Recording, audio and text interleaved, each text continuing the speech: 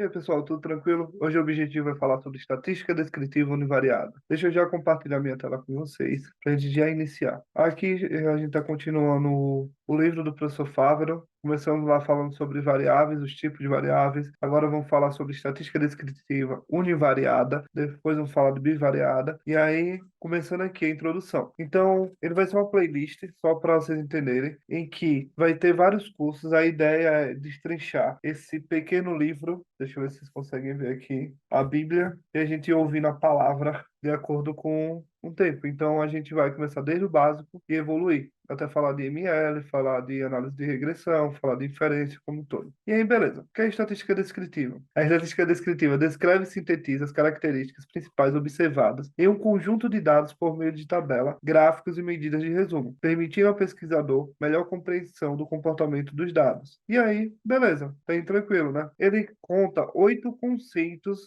de estatística descritiva. E aí ele começa: as estatísticas descritivas utilizadas para representar o comportamento dos dados e de uma variável qualitativa são tabelas de distribuição de frequência e gráfico. E aí, beleza. Esses 8 contextos assim fica jogado, fica maçante para você. Então bora destrinchar um por um e entender o que é que ele está falando. As estatísticas descritivas utilizadas para representar o comportamento dos dados de uma variável qualitativa são tabelas de distribuição de frequência e gráficos. Então você está com variável qualitativa. O que é variável qualitativa? Relembrando, são variáveis, por exemplo, aqui, ó, péssimo, ruim, regular, bom, muito bom. São variáveis que dão qualidade, são variáveis que você não pode fazer média, você não pode fazer mediana, o modo até pode, porque é o número que mais acontece, no caso, a maioria votou irregular. E aí a gente entra na escala Likert, sempre falando de ponderação arbitrária, você não pode cair na ideia de ponderação arbitrária, que muitos cursos passam por aí. Então, qual é a ideia? Eu tenho um valor. Eu fiz uma pesquisa, a pessoa tinha que votar péssimo, ruim, regular, bom, muito bom. Aí sempre tem onde muito bom, ou então ele vote de 1 a 5, onde 5 significa muito bom e 1 significa péssimo. É isso que eu estou falando da ponderação arbitrária. Você não pode fazer a média desses valores. Então você está dizendo que 5 é 5 vezes melhor, 5 vezes melhor do que o 1. Ou seja, não tem nada que prove isso, não tem isso escrito em lugar nenhum. Você está fazendo uma ponderação. E aí por isso que fala ponderação arbitrária. Mas beleza, seguindo. Mas o que é que você pode fazer? Frequência relativa percentual, que é isso aqui. Eu estou fazendo a frequência de votantes. Ou seja, eu estou tirando a proporção. Se eu tivesse 100, 4,4 pessoas votaram aqui. 4,22, né? Claro que não ia ter 0,22 pessoas. 4 pessoas votaram aqui. 11 aqui, 22 aqui, 33 aqui, 28 aqui. Muito bom. Então eu consigo representar isso numa tabela. E aí, beleza, eu tenho variável qualitativa que eu posso representar com a frequência, com a distribuição de frequência, no caso, né? E aqui, frequência relativa percentual. Também posso representar isso em um gráfico, ou seja, as pessoas votaram mais em bom do que muito bom. Então, as pessoas também votaram muito irregular aqui. E aí você pode teorizar em cima disso. Se você quiser, a moda, por exemplo, é o número que mais votaram. Votaram em quê? Em bom. Então, de acordo com a moda, seu atendimento é bom. O segundo conceito que ele fala é a tabela de distribuição de frequência para uma variável qualitativa representa a frequência de ocorrência de cada categoria de variável. É o que a gente acabou de falar. Aqui eu tenho deixa eu botar no modo annotate. Aqui eu tenho o percentual. E aí, bora esquecer isso aqui, ó. Bora esquecer. Básica é 28, 33, 22, 11, 4. Então, eu tenho. E bora dizer que aqui no total dá 100, viu? Então, assim aqui eu tenho 4. Ó, vou começar aqui tudo de novo. Minha frequência absoluta. Minha frequência absoluta é 4. Quando eu divido isso por 100, é 0,04. Por que 100? Porque 100 é meu total aqui. Então, se eu estou falando de percentual, eu tenho que multiplicar por 100, não é isso? Então dá 4%. Aí a gente vai falar desses cálculos mais na frente. Mas o que é que ele está falando aqui, ó? A tabela de distribuição de frequência para uma variável qualitativa representa a frequência de ocorrência de cada categoria da variável. Então ele está falando de frequência absoluta. A frequência absoluta seria a exemplo aqui, 4, 11, 22, 33, 28. Quando a gente coloca FR, eu estou falando de frequência relativa. Se eu não uso o percentual, eu represento assim. Se eu uso percentual, eu represento assim. Então, frequência absoluta, eu posso colocar na variável qualitativa. É isso que ele está me dizendo. E aí vamos seguir para o terceiro conceito. A representação gráfica de variáveis qualitativas pode ser ilustrada por meio de gráficos de barras horizontal, vertical, que a gente chama coluna aqui, né? Barras aqui. Setores ou pizza. Bruno, setores é diferente? Não, mesma coisa. Setores ou pizza. E diagrama de Pareto, que é esse aqui. Então, a representação gráfica de variáveis qualitativas pode ser ilustrada. Então, ele está dando exemplo. Porque toda vez que a gente vai trabalhar com variáveis qualitativas, a gente tenta ponderar e colocar ela como uma variável quantitativa. É muito comum você ver em artigo, em jornal, pegar uma variável qualitativa e fazer média. Você não pode fazer média. Então, o que você pode fazer? Pode fazer uma representação gráfica, você pode fazer uma moda, você pode fazer uma tabela de frequência, distribuição de frequência. Então, você pode fazer isso. Então, voltando. Você não pode fazer mediana, você não pode fazer média, você não pode fazer assimetria, dispersão, variabilidade. Essas questões são para variáveis quantitativas. Qualitativas, pode utilizar o quê? Que é aquilo que a gente já viu aqui. Tabela de frequência, distribuição de frequência. Você pode fazer gráficos e você pode, e a gente vai ver o que mais pode ser utilizado aqui diante. Além de você poder utilizar moda, né? Moda também é uma variável interessante, por quê? Porque é o que mais representa. Nesse caso aqui, a gente tem que o bom foi o maior no quantidade de votantes, ou seja, a galera avalia como bom o seu serviço. É mais ou menos essa ideia. Mas você pode fazer mais aferições, você pode fazer outras ideias, caçar, porque geralmente quando você faz uma pesquisa, você não faz uma única questão. Vão ter várias. Aí você pode ir juntando e entender o porquê avaliaram como bom. E bora supor que avaliaram como ruim. Então você vai ter que entender o porquê foi ruim. Tá, é ruim. Então você tem que procurar, tem que ter mais questões que diga. Por que você acha ruim? Sei lá, banheiro, se você está falando do restaurante, banheiro é bom, é ruim, aí a pessoa, todo mundo votou péssimo. Aí já é um indício. Ou seja, você tem uma avaliação geral ruim porque o banheiro é péssimo. Aí o atendimento é demorado, não sei o quê. Aí você começa a investigar. E aí, nesse sentido, você pode fazer para a variável qualitativa. Quando a gente fala de quantitativa, e aí começando aqui, para as variáveis quantitativas, as estatísticas descritivas mais utilizadas são gráficos e medidas de resumo. O que são as medidas de resumo? Posição, localização, dispersão ou variabilidade de forma. A tabela de distribuição de frequência também pode ser utilizada para representar a frequência de ocorrência de cada valor possível de uma variável discreta. Filhos, 2, 3, 10, sei lá. Você pode anotar e pegar. Em média, a população brasileira tem quantos filhos? Aí você pode começar a fazer. Deixa eu anotar aqui, para você entender o que eu estou falando. Você tem uma tabelinha aqui, ó. Filhos, botar F, zero, né? 1, 2, 3, 4, 5. Bora parar em 5. Aí você pega a população brasileira. Sei lá, 200 milhões de pessoas, né? Eu vou fazer nessa proporção. Mas bora dizer que você está fazendo aqui 50 mil, não tem nenhum filho. 100 mil, tem um filho. Sei lá, 1 milhão, tem dois filhos. E aí você vai construindo. Aí aqui de novo, sei lá, 500 mil, aí vai diminuindo. 100 mil, 50 mil. Somar aqui não vai dar a população brasileira, não. Esses números eu tirei da minha cabeça. Então, você consegue fazer isso para variável discreta, é isso que ele está dizendo aqui. Então, eu consigo fazer a tabela de distribuição de frequência, também pode ser utilizado para representar a frequência de ocorrência de cada valor possível de uma variável discreta. Bruno, por que você não faz assim para variável contínua? Não. Se você fizer, aí você precisa, aqui, ó, ou ainda para representar a frequência dos dados de variáveis contínuas agrupados em classe. Aí você precisa agrupar. Porque imagina você colocar e aí, embora já não vamos tratar de filho, né? Porque tem meio filho. Mas você vai ter de 1 a 2 aqui, ó. Uma distribuição vai ter 1,0000. Aqui, ó.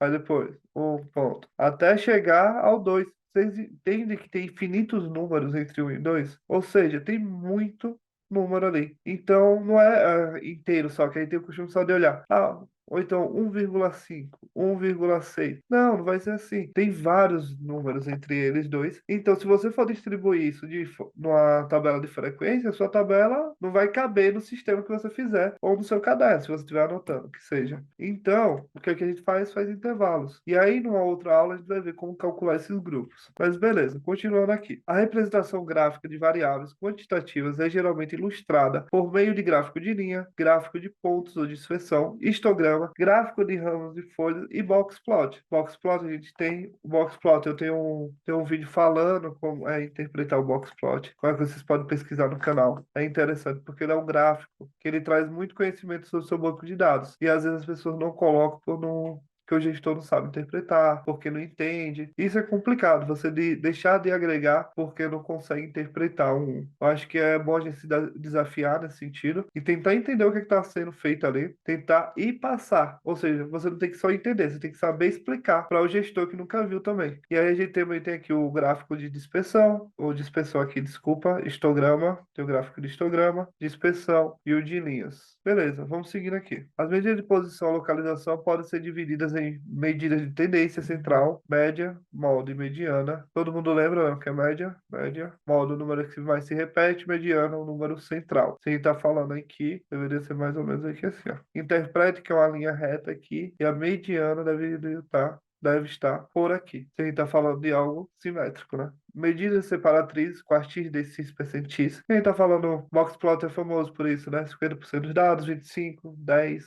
Então, essa separação de percentual que ele está falando também. E aí são conceitos trazidos lá do livro do Favre e da Patrícia Belfior, no Manual de Análise de Dados, segunda edição, e que ele cita isso. Então, ele dá 8 grandes conceitos para variáveis quantitativas e qualitativas. Como interpretar. As medidas de dispersão e variabilidade mais utilizadas são amplitude, desvio médio, variância, desvio padrão, erro padrão e coeficiente de variação. Então, aqui eu tenho variância, né? Desvio, variância. Eu tenho aqui média e variância. Por que essas são mais comuns? Variância, a gente vai ver a variabilidade dos dados, desvio padrão. Mesma coisa da variância, o que é que vai acontecer? Esse dois aqui sai para cá, né? Ele vira uma raiz e aí você traz os dados para a mesma medida que você está utilizando no seu banco. Porque o que é que a variância faz? Ela estoura. E aí às vezes fica difícil de interpretar, porque ela é um número muito alto. Você pode jogar lá para cima, né? E aí o desvio padrão ele traz mais para próximo. E aí a gente entra naquela da normal, que um desvio representa 68% da população, né? O desvio para cá, mas, que é intervalo de confiança, né? Mais ou menos um desvio padrão. Acho que é, não lembro se é 68, alguma coisa. Então, mais ou menos desvio padrão, ele vai entregar 68% da população. Calcula mais ou menos isso, é normal. Você tem aqui seus dados. Então,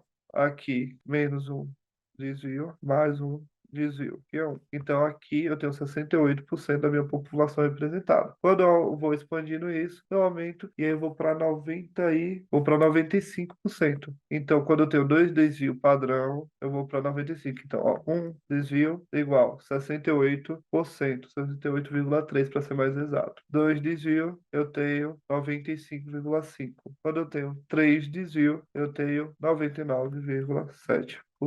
Então é isso. Esse seria o intervalo. Por isso que é importante o desvio padrão. Deixa eu apagar tudo isso aqui e vamos seguir. No próximo ele fala assim, as medidas de forma incluem medidas de assimetria e curtose. Primeiro, o que é assimetria? É o que a gente estava falando de. Quando você tem, bora fingir que aqui está perfeito. Aqui ele é assimétrico, ou seja, é como se fosse um espelho. Você tem a mediana ali, né? Para a direita ou para a esquerda dá no mesmo. Ele é um espelho. É o que a gente fala da normal. Sempre que é mais comum na estatística, normal, normal. Você vai ouvir muito isso. Por quê? Ela é simétrica, ela é perfeita ali. E aí, quando você fala assimétrica, o que acontece? Ela vai fazer isso. Simétrica à direita. A linha dela, isso é muito comum em plano de saúde, por exemplo.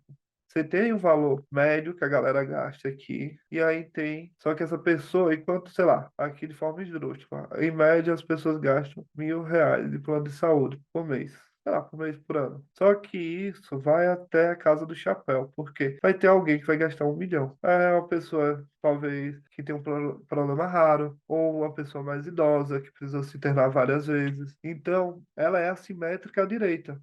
Isso é muito comum de acontecer. Mas ela também pode ser assimétrica à esquerda. Ou seja, eu tenho. Então, a ponta dela, a extremidade da esquerda, é muito maior, né? Muito mais longeva essa linha aqui do que a direita. Então, ela não é simétrica. E é isso que a gente fala de assimetria. Quando eu falo de curtose, deixa eu só apagar isso aqui. Quando eu falo de curtose, eu estou falando do achatamento. Você está falando do grau de achatamento da curva. Ou seja, você faz um cálculozinho lá e ela pode ser aqui assim, ela pode chegar aqui, fazer isso, ou ela pode ser mediana aqui. E aí quando eu tenho assim, essa ponta maior, que chama de leptocústica, quando ela tem essa pontinha, mesocústica e platicústica, que é essa mais achatada. Então, o que é que a assimetria curtosa faz? A simetria vai dizer se seus dados estão mais para a direita, para a esquerda, eles são simétricos, ou seja, tem uma distribuição tendendo ao normal. A curtose vai dizer como é que funciona, como é o achatamento da distribuição. Se, por exemplo, se a gente está falando aqui de valores, se ela, a ponta dela, os valores são muito maiores, o mediano ou não, nem tanto. Ou seja, é mais baixo, ele é mais brando. Então, é isso que ele faz, basicamente. Então, com a simetria e curtose, você tem uma noção geral da sua população. Isso é bem legal também. Deixa eu apagar tudo isso e vamos seguir. E aqui tem um resumo, é o quadro de resumo. Isso foi tirado lá do Manual de Análise de Dados, onde ele fala assim, ó, tipo de variável, qualitativa, quantitativa. Qualitativa. E o que é que eu posso usar? Tabela. Qual tabela? Distribuição de frequência.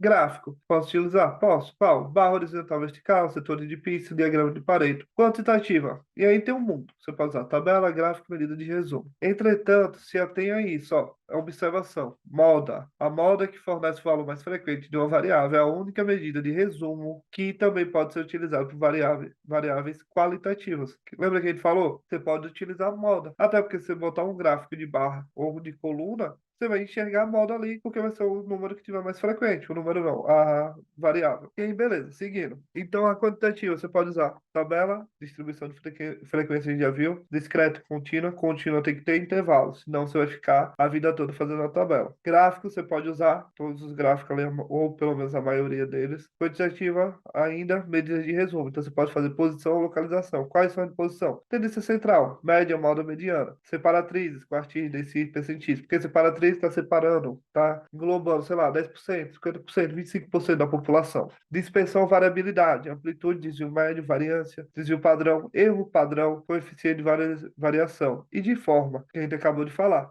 assimetria e curtose. E aí, a tabela de distribuição de frequência. A gente falou tanto que a gente vai ver agora no exemplo prático. Frequência absoluta, frequência relativa, frequência acumulada e frequência relativa acumulada. Deixa eu jogar aqui no Excel, que vai ser mais simples da gente falar sobre. Vou pegar aqui, ó. Eu tenho empresa onde ela tem 5 unidades, tem a matriz e 4 filiais. E aqui eu tenho a quantidade. Isso eu chamo de FI, que é a minha frequência absoluta. E aí eu vou fazer minha frequência relativa. Frequência relativa, aqui ó, percentual, né? Frequência acumulada e frequência acumulada percentual, que é quando a gente vai fazer o cálculo. E aí, beleza. Deixa eu só aumentar isso aqui para ficar bonitinho para você. Aqui tem a explicação do que é aqui, né? E aí, eu tenho que fazer. O que é a frequência relativa? Eu tenho que dividir isso pelo total. E eu tenho que calcular o total. Para organizar, o que eu gosto de fazer? E aí você pode deixar da maneira que você preferir. Mas eu prefiro apresentar do maior para o menor. Então, já vou selecionar tudo. Vou aqui classificar. Maior para o menor. Classificar. Pronto. A matriz é o que mais entrega. E aí você vai entender quando a gente for fazer acumulado, porque eu gosto de fazer isso. Então, o que é que eu preciso aqui do total? Vou botar aqui a autossoma. Tomei bonitinho. Vou botar isso no meio. 255.024 atendimentos eu tenho. E aí, vou botar aqui, ó. Vou dividir por isso aqui. Vou dar um F4, já para travar, salvo. E vou expandir. Pronto. Feito isso, percentual, ó. O que é que eu tenho aqui? Eu tenho aqui o total é 255 mil. Aqui eu estou falando de quantidade, seja atendimento. Eu falei que atendimento mas pode ser produzido, que seja, da forma que você preferir. Então eu tenho 255.024. Quanto é que a matriz produziu? 76.488. Isso equivale a quanto percentual? Qual o percentual diante do meu todo? Ou seja, se eu estivesse falando de faturamento, quanto é que a matriz fatura diante do meu valor total? 29,99. Quase 30% é feito pela matriz. Então, se eu somar esses dois aqui, ó, eu vou ter 56. A gente vai fazer agora, acumulada. Como é que eu faço acumulado? Primeiro, repete. O que é que eu vou fazer agora? Esse daqui mais o próximo. E aí eu tô acumulando, ó. Acumulei até o final, vai dar quanto? Igual ao total. Beleza? Nenhum segredo até aqui. Como é que eu faço absoluta? Ou absoluta não, desculpa, acumulado, percentual. Esse dividido pelo total. Não é isso? Vou dar um F4. 29%, igual a esse. Sim, é isso mesmo. Bora expandir. Expandir aqui vai dar 1. É, tem que dar 1. Tem que dar o total no final, né? Porque se eu tô acumulando. Vou ignorar isso aqui. Então, ó, por que é interessante essa tabela? Aqui eu tenho 29%, até que nada demais. Somei matriz e a filial 2. Elas juntas representam 56% do meu faturamento. Poxa, 56%. Se você está falando de faturamento, 56%, ou seja, a cada R$ 1 que entra, 56 centavos vai para uma dessas duas. Basicamente essa conta. Ou seja, essas duas juntas representam mais da metade do meu faturamento. Se eu somar filial 3, já vou para 75%. Ou seja, a cada R$ 1, 75 centavos vem de uma dessas três. Ou seja, só 25% é representado pela filial 1 e 4. E aí eu posso começar a pensar, bom, essa filial 4 só me rende 8%. E aí eu começo a olhar, será que o que eu invisto é maior, é menor? Estou tendo lucro ou não? Será que vale a pena manter? Será que... E aí a gente começa a perguntar várias coisas. O que era comum no hospital que eu trabalhava? Você tem 8% dessa galera aí, mas ele não tinha todos os exames não podiam ser feitos naquela unidade. Mas o que é que aquela unidade representava? Ela pegava esse público, captava o público e entregava para a matriz. Ou seja, a matriz tinha todos os exames, a cirurgia, era só feito lá. Então, a importância dessa filial era a captação. E aí você tem que analisar. Será que ela está captando o suficiente? Seria mais ou menos nesse sentido. Então, o que é que a gente viu hoje? Frequência absoluta, frequência relativa, frequência acumulada e frequência percentual acumulada. A gente nada mais fez do que proporção, aí aqui somou, foi somando linha por linha, depois fez o percentual disso. É tanto que aqui é igual ao total, e aqui tem que ser 100%. Voltando lá para a apresentação, feito isso que eu sempre digo. Gostou do assunto? Gosta de estatística? Gosta de análise de dados? Ciência de dados, que seja? Power BI, curta, comente, compartilhe com seus amigos que também gostam desse sentido. Ative o sininho, que é para sempre estar. Toda segunda a gente vai postar vídeo falando sobre estatística. A ideia é a gente destrinchar todo o livro do Fábio e da Patrícia Belfior. Então a gente vai falar muito sobre estatística, mas também fala sobre Power BI e análise de dados como um todo. Sempre estou lançando um vídeo falando de estudo, sempre estou lançando um vídeo falando sobre Power BI, como fazer algumas coisas de estatística. No Power BI, aquilo que não é tão comum das pessoas falarem, né? Porque tem muita gente falando de vídeo de RH, vídeo de logística, como montar dash, e aí minha ideia é sempre ir o contrário, mostrar coisas que não são ditas tão frequentes. E aí, beleza. Feito isso, o que é que eu recomendo também? A gente tem uma mentoria de Power BI, a gente tá com a lista de espera, tá fechada nesse momento as turmas, mas tem a lista de espera, você pode botar o seu celular aí no QR Code e avaliar. E também temos mais vídeos na comunidade. Inclusive lá a gente tem um curso de Power BI que não tá aqui no YouTube, só tá lá na comunidade. Você pode se cadastrar de forma gratuita ou pode adquirir também a forma paga e curtir os outros vídeos que tem lá. Então, gostou do vídeo? Se inscreve no canal, ativa o sininho. Quer saber mais? Quer aprender mais sobre Power BI? Se inscreve na lista de espera da mentoria do Power BI. Quer saber mais sobre ciência de dados e análise de dados? Conhecer mais sobre o nosso trabalho, comunidade. Agradeço que você ficou até aqui e até mais.